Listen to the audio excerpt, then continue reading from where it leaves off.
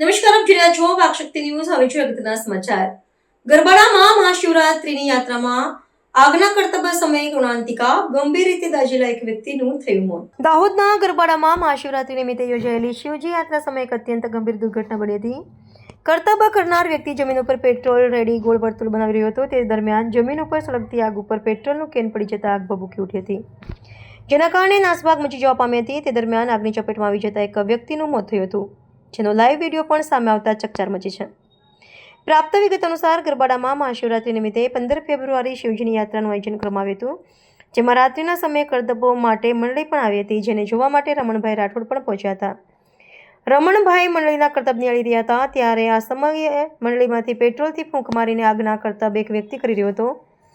ત્યારે કરતબ કરનાર વ્યક્તિ જમીન ઉપર પેટ્રોલ રેડી ગોળ વર્તુળ બનાવી રહ્યો હતો. તે દરમિયાન જમીન ઉપર સળગતી આગ ઉપર પેટ્રોલનું કેન પડી જતા આગ ભભૂકી ઉઠી હતી, જેના કારણે નાસભાગ મચી જવા પામી હતી.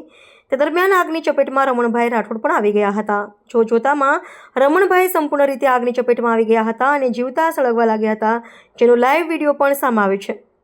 આ દુર્ઘટના સમયે ત્યાં હાજર લોકોમાં નાસભાગ મચી હતી અને અફરાતફરીનો માહોલ સર્જાયો હતો. જ્યારે રમણભાઈને બચાવવાનો પણ પ્રયાસ કરવામાં આવ્યો હતો, એ સાથે આગ પર કાબૂ મેળવવાની પણ કોશિશ કરી, પરંતુ ભયાનક આગના કારણે રમણભાઈ ગંભીર રીતે દાઝી ગયા હતા, જેમને તાત્કાલિક સારવાર માટે દાહોદની ઝાયડન્સ હોસ્પિટલ ખસેડવામાં આવ્યા હતા. ગંભીર રીતે દાઝી જવાના કારણે 18 કલાકની સારવાર બાદ આજે રમણભાઈની જિંદગી સામેનો જંગ હારી ગયા છે અને તેમનું નિધન થયું છે. હાલ તેમનો મૃતદેહ પોસ્ટમોર્ટમમાં ખસેડવામાં આવ્યો છે, જ્યારે રમણભાઈના મોતથી પરિવારમાં શોકનો માહોલ છે.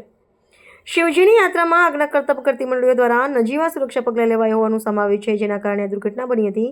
આ ઘટનાથી સ્થાનિક લોકોમાં શોક વ્યાપી ગયો છે. રિપોર્ટર જિગ્નેશ બારિયા.